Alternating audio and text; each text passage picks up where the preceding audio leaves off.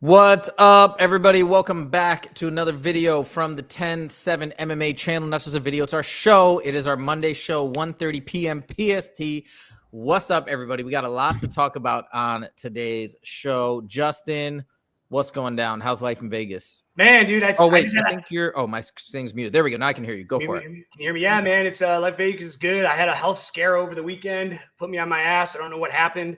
I don't know if it was an ulcer or if it was gas. Dude, it was bad, bro. Like, today's the first. Like, I almost went to the hospital. Like, I had the worst pain I've ever experienced in my stomach, and it lasted for like 3 days. I was on a camping trip, and I couldn't fish. I just laid in tent all day in the fetal position. I mean, I'm not a pussy, man. And I tell you what, I was about to go into the ER, and finally today it's starting to reside. I still feel a little bit today, but it's like a level 2 out of 10 pain, man. So I'm glad I got through the weekend. I'm glad that I can be back on my feet. And I'm glad I got, and that was the last thing. It's like, man, I got to get a video out. So I made a video last night. I gritted through it, I thought it was a pretty good video last night about Gane and Tom Aspinall. And, but I'm here, I'm ready to go. I'm feeling better, and hopefully I don't go back on that.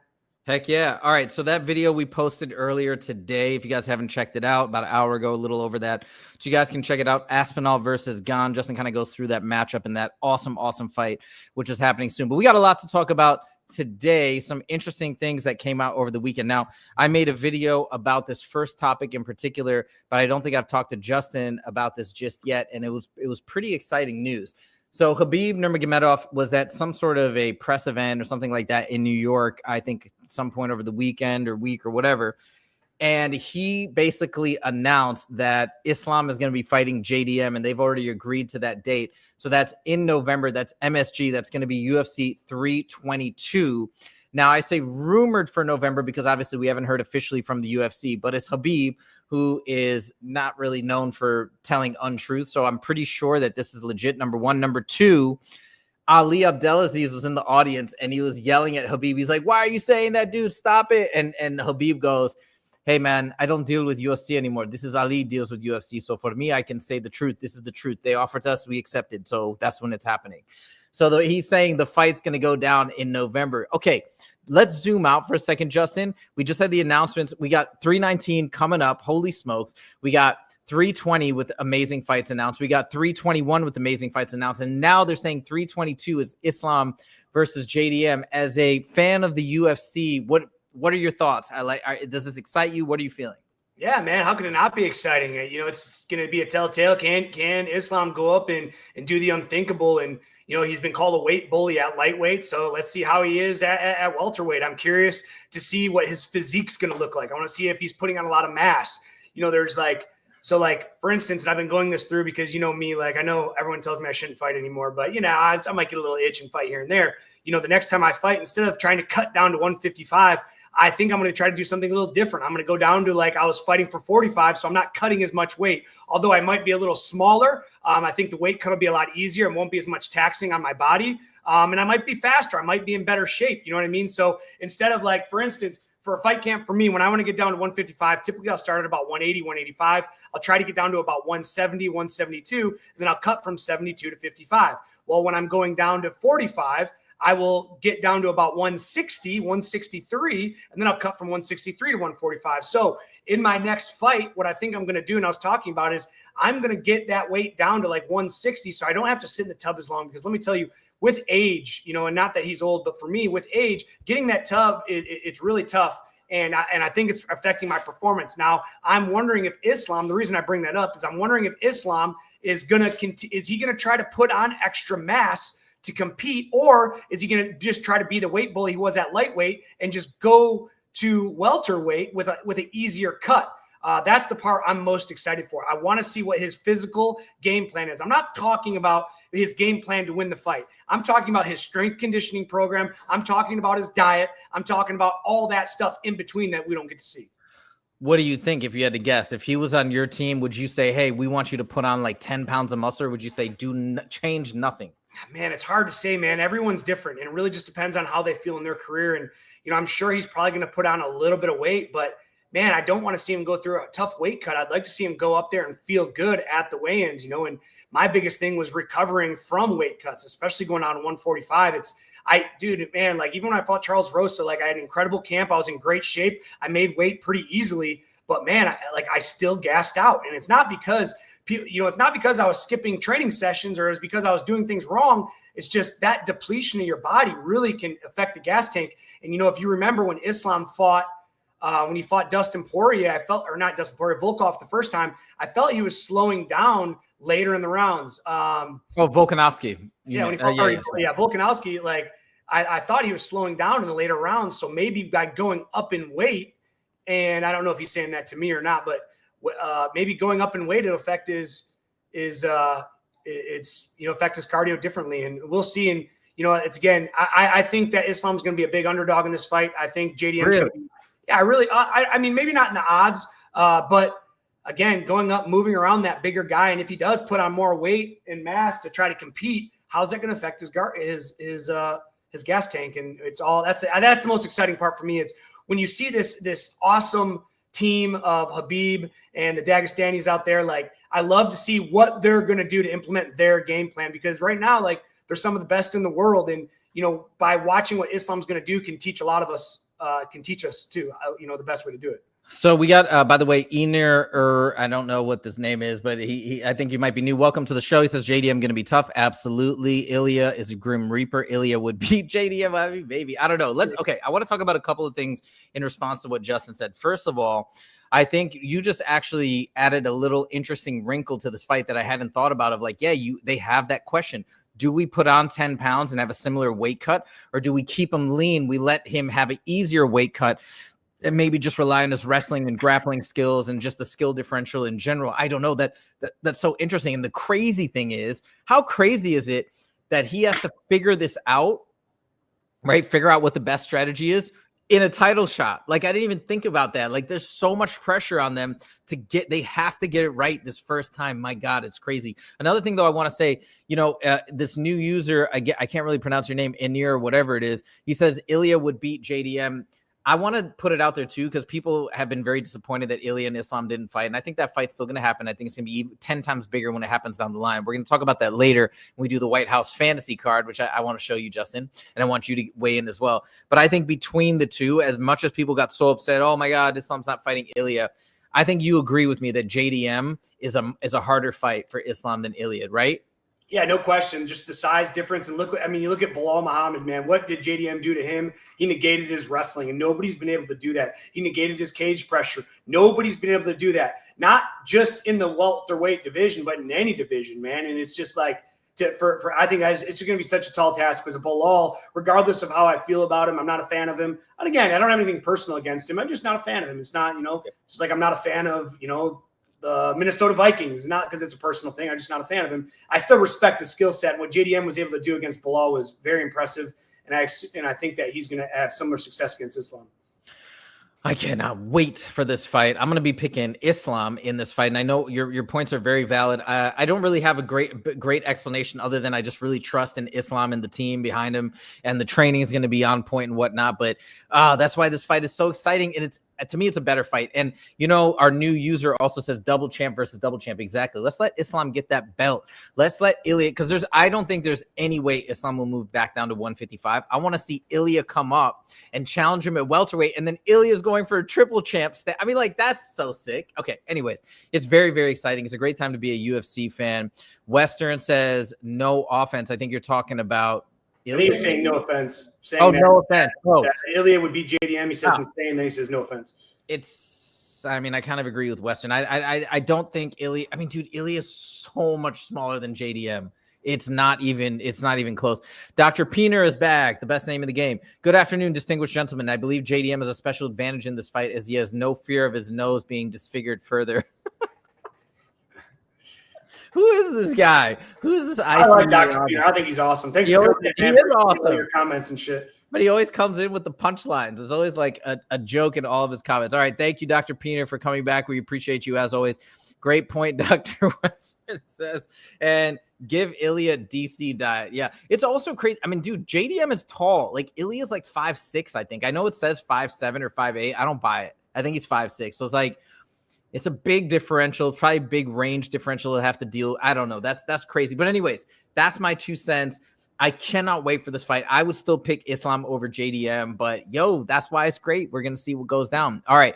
Moving on, is there anything else you wanted to add about this fight? No, I'm excited about this fight. I mean, this is one of the most exciting. I think I'm looking forward to this fight more than almost any other fight, including August 16th, man. It's as much as I am looking forward to Hamzat, I'm looking forward to this just because to see someone like Islam, that's, arguably good, potentially could be the greatest of all time, to go up to welterweight and to see how he's going to do if he can get that feat, I think is just amazing. And I am excited about the Hamzat fight. But right now, I mean, the only excitement really about the Hamzat fight, because everyone's expecting him to win, is can Dricus beat Hamzat?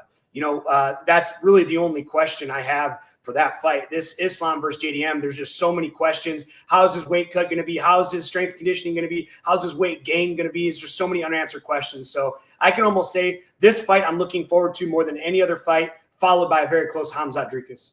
I think most people would agree with you on that front. And I think if I hadn't been following Hamzat from the get-go, hadn't built this hype in my mind and become such a fan. And by the way, I made a documentary about him over the weekend. I'm going to talk about that in a second. But if that wasn't the case, like if I liked Islam more than Hamzat, yes, I would be more excited for the Islam fight too. The Islam fight is really, really interesting. There's a lot of legacy on the line. There's a lot of unanswered questions. So yeah, it's pretty interesting. There's also unanswered questions, and the thing about Hamzat versus Dricus, and guys, we're going to talk about this a lot starting on Friday. We are going to do a lot of content about this fight leading up to it, because it's just the fight that I'm so excited about, but or most excited about ever in the history of being a UFC fan. But yeah, I think that I kind of lost my train of thought. But the main thing is the Islam versus JDM fight, I think, is going to answer all these unknown questions. There's a lot of legacy on the line. So yeah, I think people are going to be very excited about this fight. But man, I can't say enough about how awesome the UFC feels right now with all these fights. Just 4 back-to-back main events that are out of control. Anybody that's complaining about being a UFC fan, check this out. Listen up, pay attention. Things are amazing. All right, Justin. We are going to go. And by the way, I did mention briefly, but I did release that Hamzat documentary. If you guys didn't get a chance, check it out. It's on the channel. It's about an hour and a half. It's really long, but it's timestamped, so you can jump around. You don't have to watch all of it. But I think I'm about 30 minutes into it right now. I really like how you did it. It was really it's a long video. You got to have some commitment, but you break it down into segments, guys. Huzaifa went above and beyond for his favorite fighter. Very impressive video. And hopefully Hamzat sees it, man. How cool would that be? He sees it, responds or something, man. That'd be fucking badass. That'd be sick. Yeah, I think Luis is like 20 minutes into it as well. It's a long watch, but hopefully you guys watch it and enjoy it. And yeah, let me know your thoughts if you guys do get a chance to check it out. Oh, Western posted the link to the doc. Thanks, Western. Appreciate it. Western is now our official moderator. By the way, guys, you might see that little tool wrench symbol or whatever next to his name. So he is our first ever official moderator, which is really cool. And then our new follower, person in the chat says if Hamzat beats Dricus, he probably won't be dethroned in a while. It kind of goes either way. Whoever wins this fight, I think, is going to have a really long reign at middleweight. But yeah, I 100% agree. I mean, okay, we're gonna get to some stuff in a second in terms of what I see in the future potentially. But anyways, let's move it on. Dude, this is crazy. Did you see this? Max Holloway. I did not see that. He got injured? He's injured. So I don't know the nature of the injury, and I don't know if he's disclosed it, but he had a serious injury. He's out until 2026. So his last fight, again, in July, minimum, he's out for the next 6 months, which is kind of interesting. And again, I don't think we have it here. Let me just double check to make sure there's no details that I missed in terms of his injury. I don't believe he disclosed. Probably didn't want. Oh yeah, see, he probably didn't want to disclose it, right? Because as a fighter, Justin, does that mean like you don't want to say too much because people will target that injury? No, I mean just some people like I don't know, man. It's something you just don't want people to know. It's not really like nobody's gonna be able to target a hand injury. I'm gonna guess that Holloway has a hand injury because I mean I don't really see him wrestle or grapple in training. So I'm assuming maybe he has a hand injury. If again, just a pure guess. Oh yeah, Tehran says it's a hand injury as well. So Tehran, how did you know that? I just looked. Okay. Anyways, again, Tehran, thank you for the info. But yeah, keep going, Justin. Yeah, I'd assume it's a hand injury. It's just something you don't want people. You just don't want people to know your personal business, and think it might be compromised later on in fights or something like that. So I don't think it really matters now. If it was like a knee injury or something, okay, that's something he probably really want to keep a secret. But hand injuries happen. It's very common. I broke my left hand 3 times, right hand twice. I've had surgery. It goes with the sport. Now, looking back at the lightweight rankings, it's not that long. I mean, 2026 is January, right? Like it's not that many months away, 4 or 5 months away. Now, I don't know if he means, hey, he'll take a fight in January, or that means he's going to not take one to the spring. But it is kind of interesting because we were just talking about it. Look, dude, Max Holloway right now is number 3 in the lightweight division. How crazy is that? Like, I'm not even used to seeing his name over here. He's just had an incredible showing, man. It's exciting for Max Holloway. Unfortunately, I'd love to see, and Islam shouldn't even be in the rankings anymore. I think he should be. Holloway should be number 2. Wow. Holloway just skyrocketed to the top of the lightweight division right after getting in there. That's so crazy. Good for him. But we're going to talk a little bit about the state of the lightweight division, who we think Ilia should face next, and how everything should work out. So we'll come back to the screen, but I just want to show you guys, this is where Max sits. But now that he's out for a bit, what does that mean, right? I think some people were saying Max versus Oliveira would have been amazing, but I think we're going to have to see what goes down for that injury and the rest of the division. But anyways, all right. Moving on, since Justin made a video about this earlier today, I thought it was fitting that we touch base on this fight, Aspinall versus Gane. This one's at UFC 321, I believe. Justin, let me turn it over to you first. I know you did this analysis on your video, but I think you probably have the more expert opinion right now. What do you think is going to go down? What do you foresee in this fight? I've kind of slandered Gane, because of his loss to John Jones, and it happened so fast. And I probably jumped the gun on that. Gane's very tough, man. And let me just, revoke any negative things I have said about him. I think I just was really bummed out about his performance against John Jones. I mean, you have a chance to go against the greatest of all time. You get tapped out in 2 minutes. You know what I mean? I understand getting caught. I understand if he would have got rocked and then dropped and then subbed, but he was in a very basic submission that John Jones is very good at and very known for. And I think the thing that really bothered me the most wasn't even him getting caught, because obviously that happens. It's happened to me. It happens to everyone at one point or another. But just when you talk about things to try to get out, like there's levels of defense. You get caught in a bad submission. All right, try to do this. Okay, you can't do that. Try to do this. All right, it's desperation time. We got to do this. And in the desperation time of being a guillotine, is the big thing is you got a hard gator roll to your back, and you give up position, and it might get tighter, but it gives you an opportunity to at least a chance to get out. And Cyril Gane didn't do anything right. He didn't fight the hands. He didn't try to roll to his back. He just kind of went down to a knee and tapped. And I just was very underwhelmed by that. And I had some cash on the line as well. So I think that kind of bummed me out about it as well. But then, he comes in, beats Sergey Spivovic, and I know I'm pronouncing it wrong, by decision. Pavlovich. And then, he just beat Volkov by decision again. I mean, these aren't that exciting fights. You know what I mean? Like, Cyril Gane has incredible footwork. He moves around really light for a heavyweight.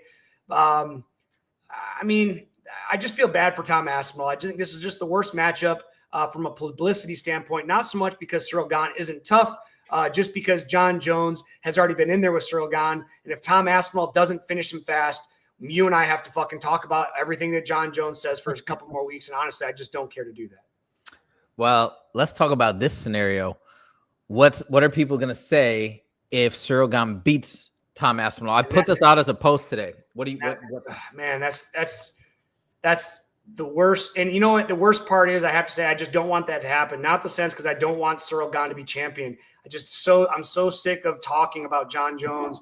And I'm not, I know you guys laugh, but it's like, seriously, it's annoying as fuck. Like, I know we have to because it's news, but it's like, man, like now we have to listen to John talk about, all right, well, I beat Cyril in 2 minutes and 4 seconds because he guillotined him 2 minutes, 4 seconds. If Tom beats him in 2 minutes and 30 seconds, John Jones is going to say, well, I beat him in 2 minutes and I'm better. And see, look what I would do with Tom and blah, blah, blah. And it's just like, man, and to go from where I'm at in the sport is such a John Jones fan, man. He's done so many incredible things. His legacy's incredible, but goddamn, man, just move on.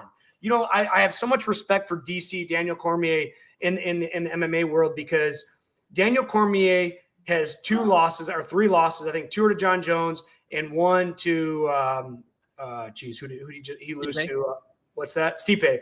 And it's like, dude, he doesn't go back and compare. Oh, well, I beat this guy and this guy lost to that guy, so that means I'm better. You know, he's moved on from the sport. He's even he's like, I'm an old man. Like, I'm in the commentary booth right now. I don't fight anymore. And I feel John Jones needs to do the same thing because he's just become so irrelevant. And Dana White said it best. He is what did he say? You can't depend on him. You know what I mean? He's just undependable to show up for fights now. And I've agreed. And he's made the heavyweight division wait so long for title fights. And I'm just so over it. And I think the sports just needs to move on without him. Well, it may be doing just that, or he may come back for the White House card. I don't know exactly. But either way, I think if you guys aren't excited, I think a lot of people are actually, because we did a survey and people are most excited for Aspinall versus Gane. But in case you're not, this is part of the reason why you should get excited about the fight. There's actually pretty big stakes on the line, as Justin mentioned. I guarantee you Aspinall, even if he doesn't admit to it, I guarantee you he feels pressure to finish Gane and finish him convincingly. So it's going to be a really good fight, a really interesting fight, and the outcome is going to be important, in my opinion. So those are my thoughts. All right, moving on, and we're going to get back to the lightweight division. The question is, who the heck is Ilia fighting next? We've had so much drama. Okay, so coming back to the screenshot, obviously Islam is out of the mix right now. People are saying it should be Arman Tsarukyan. He's ranked number 2, really ranked number 1. He's the number 1 contender, and they want him to get in there. I made a whole video talking about what happened with him and maybe why he should still have to wait potentially. I mean, again, it's up to the UFC. It's not up to us. Max Holloway is obviously out of the running now. And I remember somebody in the comments saying Max Holloway should come before Justin Gaethje, but now he's injured, so that's off the table. Obviously, Charles Oliveira just had the shot. Who else do we have? Like, let me turn over to you, Justin. Who do you foresee or who do you want to fight Ilia next for the strap? Okay, just like you said, you look at Islam, take Islam off the list. Takes Max Holloway injured off the list. Charles Oliveira just lost. Take him off the list. Justin Gaethje, although he lost, he won his last four. I'm talking about 3-1 in his last 4. His 1 loss to Holloway on 300. I mean, that's the only one. I mean, I'd be fine with either Arman or Justin. Me being a Justin fan, me being, Justin Gaethje's my favorite fighter, not just because of his violent fight style, but he's just such a nice guy, man. I've had the pleasure of training with him a couple years ago. And dude, like when we were sparring, and I was really intimidated, man, because obviously he's so much better than I was. And I was like, fuck, man, this could be a dogfight. And Justin was an incredible training partner. He helped me a lot with my technique. He went over, a couple of my power shots or leg kicks, especially. Like, he reviewed with me a couple techniques that I was doing not as efficient as I could have been. And man, just like I fell in love with the guy just because he was so nice. He was so humble. He didn't hurt me, which, you get a lot of guys that like him, when like Mike Chandler came in, and anytime me and Mike Chandler sparred, I was in a fight, man. And I'm not as good as Mike Chandler. Well, at least earlier in my career, I wasn't. And dude, he would just fuck me up and hurt me and knee me in the chest. Oh, dude, it was bad. And then you had someone like Justin. What's that? Chandler would knee you during sparring? Oh, dude, knee you in the head. Like, what? Like, oh, dude, he is a brute on the mat. Like, I would try to avoid him. And this is early in my career. This isn't when I was a pro. This is when I was an amateur and he was in Bellator. So, I mean, obviously I'm a lot better than I was, 10 years ago. This is 10 years ago.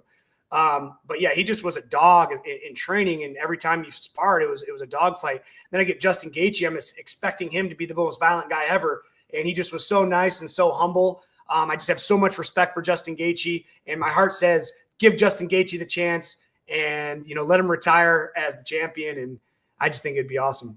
What's so bad about Ilia fighting Justin next? That was the whole premise of my video. I think I explained it really well. I even got some comments of people being like, I thought the same thing, but I thought I was taking crazy pills. But you kind of outlined the points that I was making in my head. What's so bad about that fight? Justin Gaethje is a legend. He's about to retire. We know he's about to retire. Why? And I'm not saying that, since somebody's retiring, that should give them a boost in the rankings or a boost up the ladder. I'm not even saying that. Dana White himself said that Arman Tsarukyan needs one more fight, or he needs to fight his way back to the belt. He said it. Everybody was fine when he said it first. Now, all of a sudden, everybody has a problem with it because I think it's Justin Gaethje. I think that's really the issue. They're like comparing the two. Hello, where was the outrage back then when he bailed out and Dana White said what he said, right? I mean, so I feel like I'm taking crazy pills as well. Like, let's have Justin Gaethje get in there. But hold on. We need to back up for a second. Michael Chandler, you're saying, was because I didn't know that. That's messed up, right? I would be so pissed. If somebody, So yes and no. And I just saw Teron Brown say Tamler's dirty in sparring. Now I understand. Oop, wrong one. He's dirty in sparring. It's not dirty. All right. It's just there's etiquette. There's sparring etiquette. Yeah. And it's not dirty. Just some people are assholes when they spar. And you know, there's a guy at the gym right now, nicest guy. His name's Mateus. He just got signed to the UFC. He's 0-1. He's in our gym. He's a Brazilian dude. When you spar Mateus, he will throw a flying knee at your fucking face. He will throw elbows. Oh, but brother, we're elbow pads, knee pads. Like, I don't give a fuck. When you throw and he'll do it today. If I go spar him today, he's going to throw elbows. He's going to throw flying knees. He's going to throw spinning back kicks. And if he hurts you, he will finish you. He will get on top of you and finish you. It's just how some people train. I hate training like that. Maybe, you know, Martin Kampman early in my career when I was like 20 years old said that I was like that too. I don't remember it. I think that I was just so intimidated to go with guys like Martin Kampman, Tyson Griffin, Evan Dunham, Randy Couture, Ryan Couture, Gray Maynard. Like, I was like, fuck, I better go really hard to make sure Mike Pyle to give these guys work. But, you know, Martin Kampman pulled me aside one time. He's like, hey, bro, you need to slow down. Like, you're really spazzy. Like, you're going to hurt somebody. And ever since that, you know, I've really taken that to heart. And some people just don't agree with that. And, you know, again, it's not that he's dirty. It's just, he just is a little too intense for my liking. Okay. I'm just going to weigh in on my side. Again, I don't do hard sparring like you do as professionals. I do pretty light sparring, but soon you're going to do a hard sparring. I'm going to have you do one hard spar. Well, let me put it to you this way, because this is the way that I look at sparring. You know, I've been training for like 6 years now. It's not like I'm a spring chicken. I'm not like a pro or anything, but like I've been training for a while, and I've done tons of sparring with my coach, and I've done tons of the sparring classes too. It's like, it's an agreement. You guys are agreeing to go at the same pace. Like, you ask, usually we always ask, or we talk about it, or I clarify ahead of time. If somebody's throwing crazy stuff at me and they're trying to hurt me, I'm never trying to hurt the other person. You know, I'm there to learn. To me, that's wrong, in my opinion. That's really wrong. Or if he really can't do that and rein it in, I feel like you should tell the person, hey, listen, I just want to give you a heads up. This is what I'm going to be throwing. You're welcome to throw it back, or something like that. You don't just go, because you've told me before too, Justin, that if somebody throws a knee at you in sparring, you take that as them trying to break your jaw or break your teeth, and you're gonna go at them. Like, basically, you're gonna get pissed off.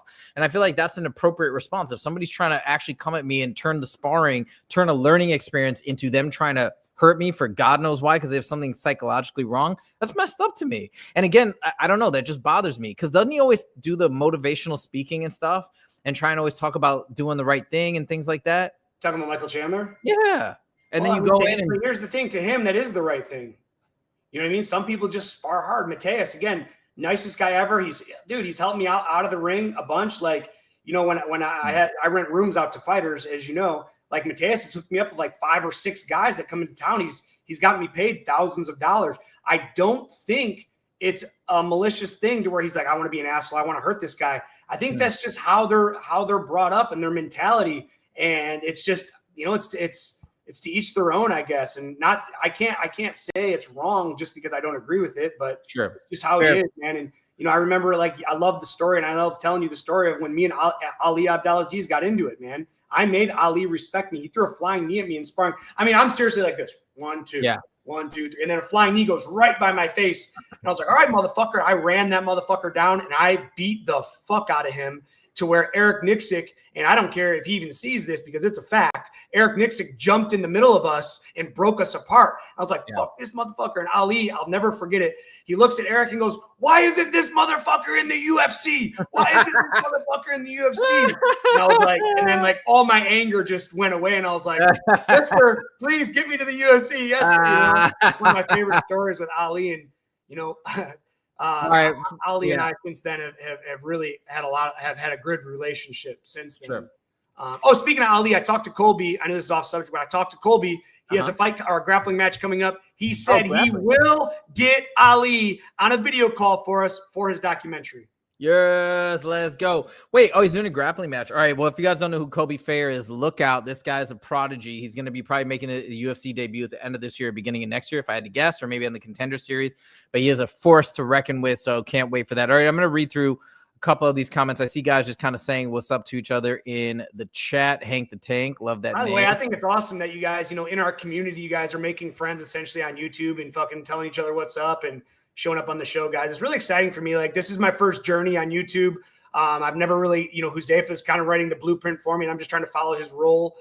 He's already been here and done this, so he's like all these new things. If you guys, making friends, and I know you send me messages on Instagram, and we all stay in touch. I fucking love it, dude. I love talking to you guys, and it's a lot of fun for me. It's cool. Like, yeah, we didn't even really know how this was going to go, but yeah, that is kind of cool, right? We're building a little community, I think, of like-minded people. We see eye to eye on things, not everything, obviously, but we get to discuss and debate, and it's super fun. And hopefully you guys are breaking off into other groups and discussing and debating as well. And we should even open up potentially a Discord at some point where people can just get on there and talk MMA. We'll think about that. Let us know. I'll put up a survey. If that's something that's interesting to you guys, I can set that up. I did that for my other YouTube channel, Scalar Learning. We have a test prep Discord and SAT and ACT stuff that people like. All right. MGal4 Production says, I think Jack will take Islam out. I disagree, but I think Justin is in alignment with you. Who do you think Strickland should fight next? Well, we can talk about that. I can turn that over to Justin.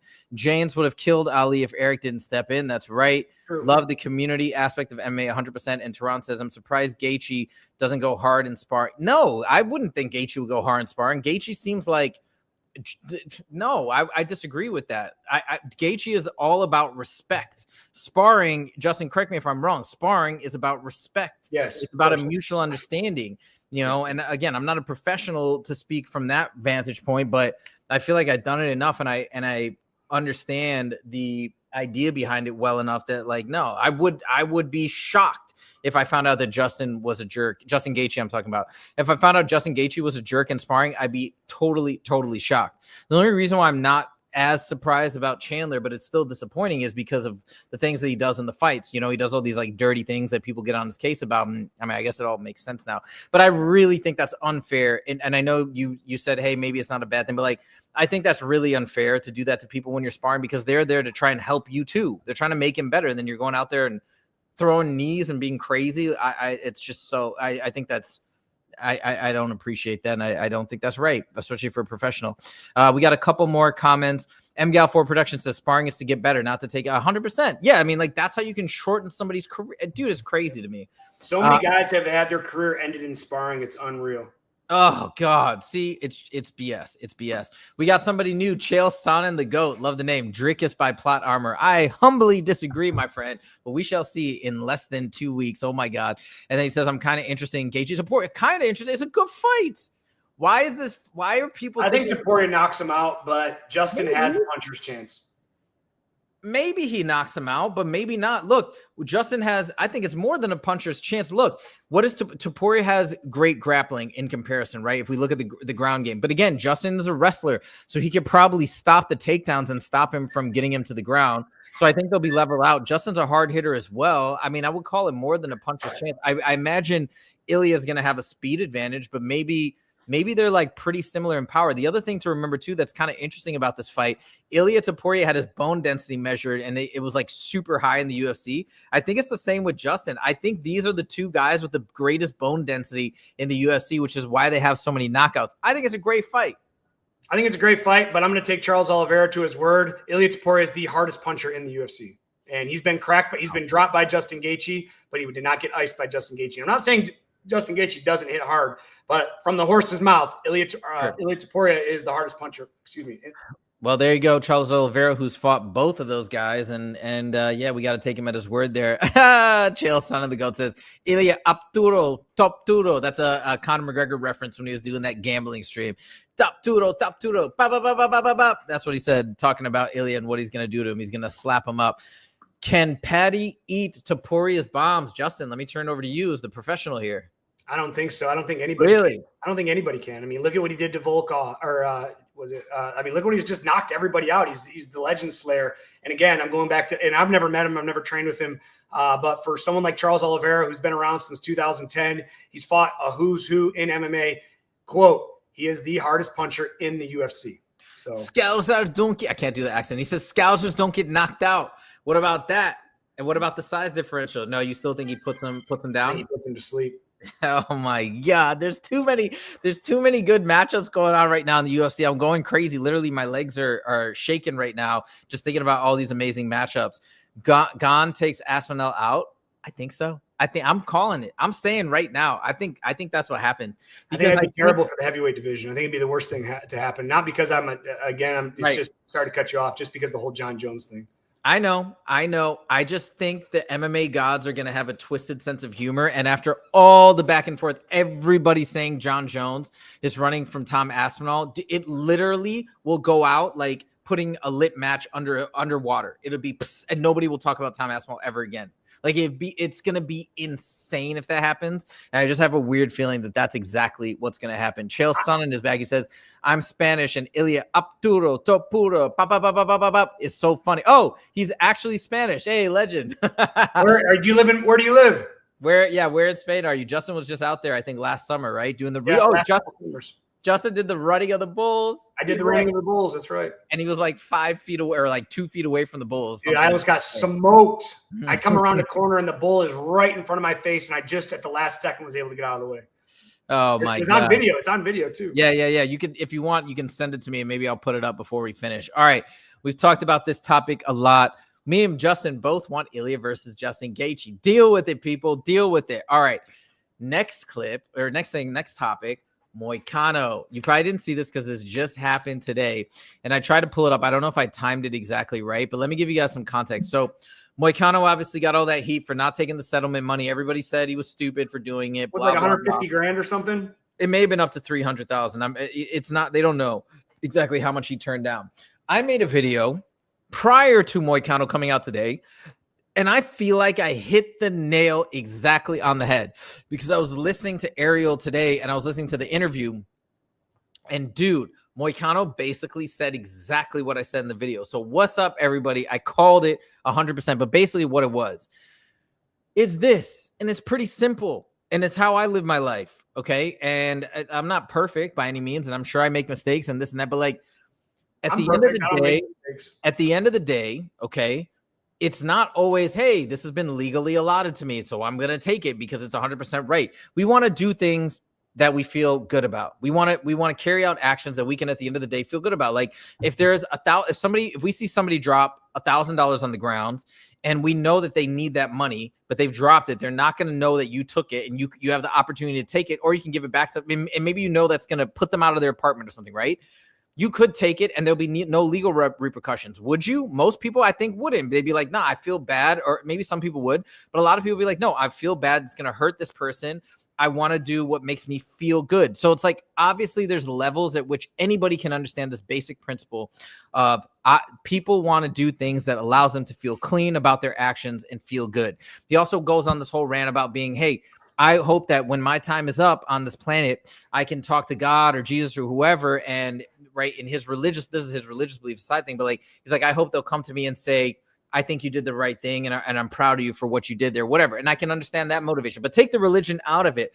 What about just feeling good on a basic level about what you're doing? What about trying to, if you do believe in some sort of spiritual afterlife, whether it's in Christianity or just elsewhere, purely elsewhere, I think we can all agree that we're like generally across the board, we're all just trying to be good to each other. That's the basic premise of what's going on this planet is what I think. I know I'm going off on a tangent, but that's it. That's all he was saying. And so many people, Ariel Helwani included, are like, but it doesn't make sense, but the money's already there, but you should just take it. Now they're just going to give it up. And this is them saying, he's like, no, look, it doesn't matter what anybody else says. I believe that at the time that I signed this contract, I thought it was fair. And I'm not going to take the money now after the fact just because they reached a settlement or they were pressured into paying out these fighters for whatever. I felt, and I know, being honest with myself, that I thought it was fair at the time. I was happy to get it at the time, and I'm going to stand by that. And I don't think they took advantage of me. I don't even think that the court system said that, because again, it's a settlement. It's not a verdict from a judge or the legal system or anything like that.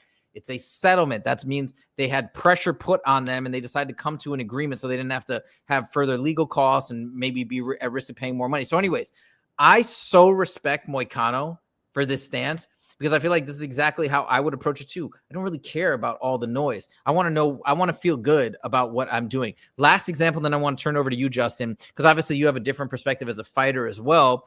But The last thing I'll say is we actually see this a lot of times. If you ever listen to divorce attorneys, so I'm an attorney, guys. So I just don't practice anymore, so I do know a thing or two about law. But it's been some time since I practiced. Just full disclosure. But you'll hear divorce attorneys, family attorneys say that yes, sometimes in a divorce, even though somebody could take alimony or they could take half of the assets that were accumulated during the marriage or whatnot, they opt not to.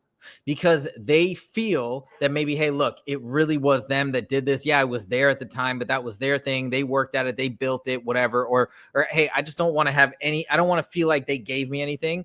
And it's more common for men to turn down alimony. Just FYI, this is what a divorce attorney said. I don't know statistically broadly, like if that checks out, but this is what his experience was. A lot of times men will turn down the alimony. There's a perfect example. You're legally allowed to take that money, but people turn it down because of the way it makes them feel, and they want to feel clean about it. Anyways, so that's his position and basically what he explains. I loved it. I thought it was amazing, and I'm going to make a video about it later today. But Justin, let me turn it over to you now that I gave you some context and whatnot, and you probably heard what's been going on. What are your thoughts? What are your 2 cents on this whole dilemma? I mean, what a stand-up guy, dude. I feel the same way, man. If you feel that, you didn't earn it, or it's, in a situation you're not comfortable with, and, not just taking any I mean, here's the other thing. The UFC sees that and they're like, all right, this guy's on our team. And, he could have done it for that too, made it look better for Dana White because he takes the money, and maybe Dana White, doesn't do him any more favors. Who knows? But I think he did the right thing. And if he feels that way and he's going by it, I support him. I don't think it had anything to do. I seriously feel totally in sync with Moicano. I don't think he did it to curry any favor with the UFC. I truly believe him at his word when he says, no, it's not. I didn't feel right taking it, and I didn't want to take it. I'm not going to go back now and say, oh, yeah, it was unfair. When at the time I was happy to sign the deal. It was my dream come true. He said after his son being born, that was the happiest day of his life to get that UFC contract, something that, you've been through that experience and that roller coaster of emotions. And he said, so now what? I'm going to go back and say, yeah, you could have taken more money. I'm going to say, yep, I agree. I actually felt like I was taken advantage of. No, at the time it was a blessing, and I stand by that. I love that. I think Moicano should get so much credit for this. And I think, honestly, people are acting like this is such a crazy decision. You know what? This is how we should be in life. This is how more people should be. It's actually insane that people are having such a reaction and such backlash to this, where it's like, oh, to follow your own moral principles and just like do what makes you feel good is so crazy. Like what the heck, what planet are we living on? All right, I got some comments here I'm going to talk about. Yippee the Yard Guy says, are you driving to the Chicago fight card to fly? No, I'm flying, dog. I'm in California. I'm not doing that drive, but I still need to figure out my travel there. So I guess you're going too. Does anyone know if there's open workout for 319? I have no idea, but great question. If you find out, will you let us know? Will you leave a comment on this video? Because I read every single comment, try to respond to pretty much every comment for the most part. But yeah, I actually don't know. It's a great question. MGal4 Production says, okay, wait, we got a couple questions on matchups, but we'll get to that in a second. MGal4 Production says Moicano must already have a lot of cash. I'm sure that's part of the equation. Look, he even said of his own, hey, what if they were offering 10 million? Would I have made the decision? I don't know for sure, right? Because that can dictate things, right? You're legally allotted something. Maybe you're in desperate need of, I said this in the video, maybe you're in desperate need of that money. That changes the dynamics. But he's obviously in a position where he feels comfortable making this and sticking to his morals, and he feels better doing that than taking the money. So yeah, I'm sure that's part of it, but I don't think that's the end all be all. It's not like he's got 50 million in the bank. I guarantee you that's not the situation. Maybe he's got a couple milli, but like 300,000 or 200, that's a lot of money no matter what. So massive props to him, in my opinion. Chael Sonnen says RDR and DDP is Peter Griffin versus Homer Simpson. Yo, that's hilarious. Tehran says my conscience won't allow me to take the money in. It just went. Yeah, exactly. Well, there you go. That's pretty much, I think, exactly Moicano's position. Yeah, go ahead. What are you saying? I found the video. I just sent it to you. It's 5 seconds. Oh, all right, perfect. Chael Sonnen, Thomas Carina's back. What's up, guys? Just got off. Gonna start the beginning after you say hi. LOL. Oh, hey, what's up? And he goes, content. Best show on Tube. And my degenerate gambler brother. Let's go. Yeah, dude, we make videos every day, dog. If you guys are new to the channel and haven't subscribed yet, we are on that grind. I mean, yesterday we released 2 videos. Today we got the live show. Justin released a video. I'm going to release one later tonight. So it's not even fair to say a video a day. We do more. We probably average out to like 1.6 videos a day, something like that. And then John Dong says, how does Prime Usman? Okay, there's a lot of hypotheticals I don't want to get too into the weeds because I really want to hit the last topic, and we're getting close to an hour already. But I appreciate that. Maybe we'll talk about this John Dong if we have a little bit of time. But welcome back to the show. We haven't seen you in a while here, but I see John sometimes on MMA Joey's channel, so that's pretty cool. Okay, now we're gonna get into a little fun topic. Now, my video that I made on this yesterday got like basically no views, so I figured it might be kind of fun for us to talk about it now. Justin, you know what I did yesterday? Tell me. I created a fantasy White House card. Now, I saw that. Yeah. Okay, so I'm gonna explain it as we kind of go through it, like my reasoning for this, because obviously it's super far away and there's still a lot of unknown things and questions that need to get answered. But let's go through it, guys, and you guys chime in at any point. Tell me if you think I'm crazy with any of these picks or whatnot, and how I'm setting this up. And I also want to hear from Justin as well. But all right, let's check this out. So I only did the prelims and the main. Okay. And again, I'm going to explain each choice in terms of what would need to happen for this to go down. But ready? Here's my first fight. Fight number 5, Justin. Are you ready for this? Ready, go. Colby versus Masvidal part 2. They've already said they're both down to fight. I don't want Colby put in a position where he can win, man. And I think he can beat Masvidal. I think so too, but from this standpoint, right? It's a grudge match, a real grudge match. It's going to be amazing. Both these guys are big into like America. So the thing is, and all that stuff, they're big fans of the presidency, whatnot. So the reason why I think it'd be great is a real fight with real heat. They're both stars, and it's a win for like the American fighter, no matter what. That was kind of my thoughts. Sure. Okay, that's my number 5. I like the matchup. I just don't want to see Colby win ever again. I mean, the guy's a piece of shit. Hey, I'm with you. But unfortunately, I don't think Colby's going to take any fight where he's not favored to win. I'd rather see Ian Gary.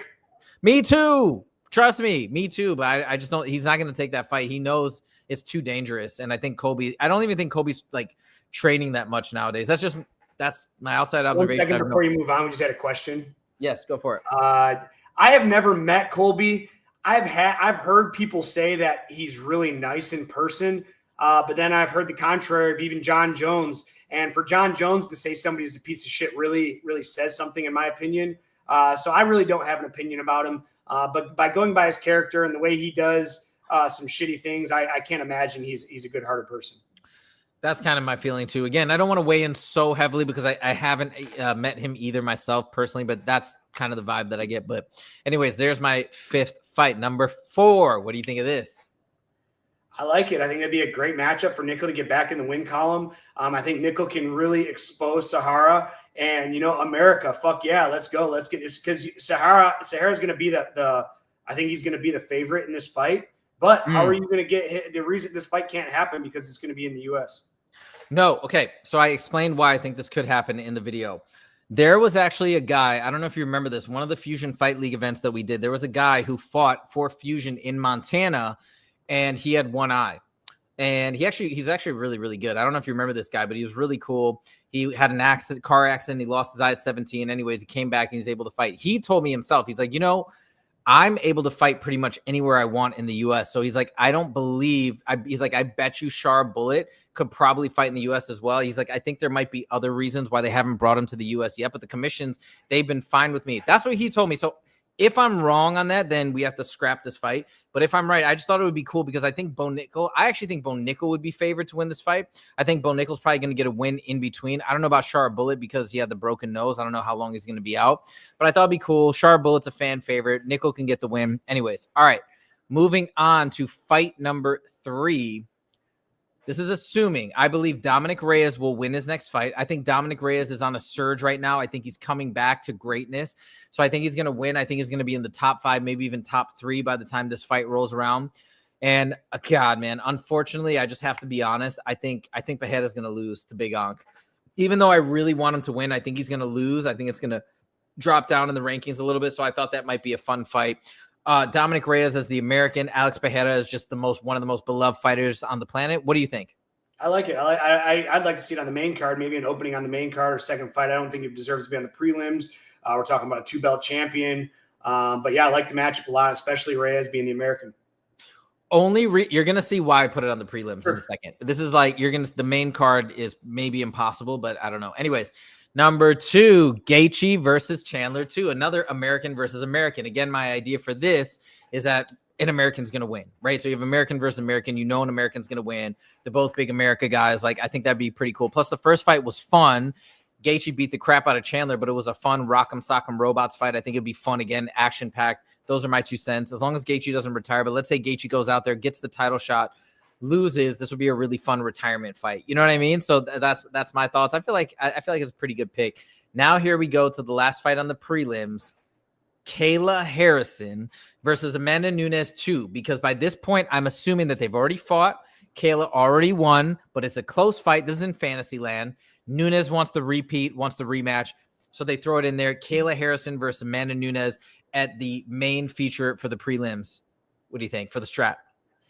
Again, I don't think that wouldn't be a prelim fight because it's probably for a strap. And I don't think have they ever put a title fight on a prelim? No, but they said that the only reason why I'm thinking maybe, okay, is because this is supposed to be the biggest. They want to be bigger than UFC 300, the craziest fight ever. I don't know. So you're right. They may not do that, but this is just my thought to really elevate the status of this card. But you're going to see, I think you're going to see a little bit more why it might make sense. And of course, one of these fights on the mains could get pulled and you could slot that in there, but this is why I put them there. You're going to see in a second. All right. Now, here's the controversial one. Ready? At the bottom of the main event, I'm not talking main. I'm not talking co-main. I'm talking about fight number 5. Conor McGregor versus Nate Diaz 3 for the BMF title. I mean, how are they going to do a BMF title when Max Holloway is the BMF champ? Because the BMF, you can just take it off anybody. It's like, you know, the UFC does what they want. It all of a sudden, the BMF was up for, what was it? Mike Masvidal was never really fought for it and challenged for it. All of a sudden, they just gave it to Justin Gaethje and Max Holloway. So, like, why not? I love that matchup. I'd be fine with that even being the co-main. So there's a reason why I didn't make this the co-main or anything higher. Okay, and you're gonna see when I get to the next couple fights. So I'm making like the most insane card of all time. Okay, sure. That's what I was doing here. Fight number 4.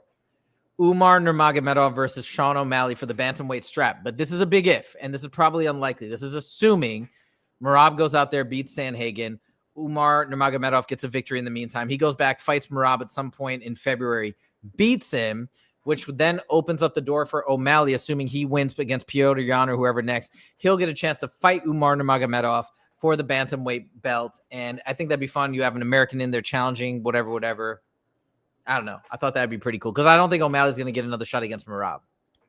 I like Merab and Sandhagen or Merab and Peter Yan, a rematch there. I just think this is a bad matchup for him. I think Umar is going to do similar to what Merab did to O'Malley and be able to put a pace on him. And I want the American to win. I'm a big Sean O'Malley fan. We know him personally from working with Fusion Fight League. I mean, we just were out hanging out with them. Well, you weren't there, but last week you there. I was hanging out with Sean and Tib Welch. And so I just anybody that I'm not gonna say we're buddies or boys and hang out on the weekends, but anybody I have acquaintances with that's as nice as Sean and Tim Welch, I just don't want to see him put in a compromising position.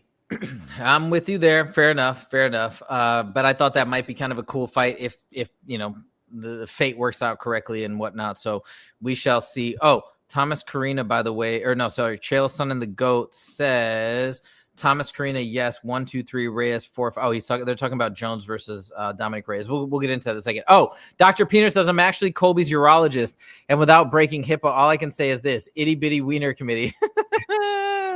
Legend. All right, now we get to the crazy fights. Ready? Fight number 3. Get ready. Ready. Hamzat versus Strickland. Oof. Okay, so assuming Hamzat goes out there, beats DDP, which I believe, then maybe he gets another title defense in like January or February. Then we queue it up for July, right? Yes, Hamzat, you're saying he's not American, but he's so beloved. I think he'll be such a big star at this point. And that's the other reason why I can't put Conor above him. You know what I mean? At this point, if things go according to plan, he's going to blow up, right? Why not have him face off against Strickland in the main? Assuming Strickland wins his next fight or two, he'll be up there. He'll be at the top of the division. He hates Hamzat. We have a grudge match. We get the American in there. Yes, the American's probably going to lose, but at least we have it, right? So anyways, that's my 3rd fight. Now here's the co-main. 3, 2, 1. That'd be awesome. Ilia versus Islam at welterweight. I think that's your main, but I'm curious. I can't wait to see what your main is. Islam beats JDM in November. Ilia's going to fight Gaethje. Maybe he'll fight somebody else. And now we queue it up for the co-main. But why is this the co-main? Why is this not the main? This is going to be the biggest fight ever, because in the ideal world, even though I think Gane's going to win, we're going to get Aspinall is going to beat, come back. You have to, man. I hate it. I hate it. Heavyweight. Yeah. I hate it. Even Dana White says this is his ideal main event for the White House card. So that's my 2 cents. Okay, fine. If you did it right, you'd probably remove that and have Ilia versus Islam at the top. Is that what you yeah, Ilia versus Islam, because it's the first time we'll have 2 double champs going back to back, or 2 double champs fighting off. So I think that has to be the and here's the thing, man. John Jones and Tom Aspinall would be a great fight, but I hate the idea of rewarding somebody that has just fucked around for so long, man. It's like, because now he's showing the rest of the UFC, like, hey, look, if you get enough star power, like Conor McGregor's done it, John Jones is doing it, like, get enough star power and you can do whatever you want. You can break the law. You can fucking beat women. You can fucking just party on, get drug allegation after drug allegation and all these. And because of your superstardom, I mean, John Jones and Conor McGregor are the prime examples that they're literally showing that you can do anything you want and you will be rewarded if you're good enough. And I just don't like rewarding guys like that. I totally get you. And look, fair point. I guess I'm just picking it because I think it would get so much hype, so much buzz. It would be the biggest event ever. But anyways, that's it. Just a little bit of fun. A fantasy White House card, something that I've been meaning to make a video about for quite some time. So I thought I'd go through it with you guys. All right. That is it for today, guys. Thank you so much for joining. I hope you enjoyed it. If you didn't click that like button already, make sure to click that like button. If you did like what you saw, Chael, Son of the Goat, and some other folks, welcome to the channel. It's great to have you. Hopefully we do. You are able to subscribe and join along with the live streams. Also, check out our content, as I mentioned, on the regular videos on the daily, but more than one a day. Like I said, if we average it out, it's probably like 1.6, 1.7 vids per day. And that's all we got. Tune back in Friday, 1:30 p.m. PST. Thank you guys so much for joining. We'll see you in the next video. Take it easy.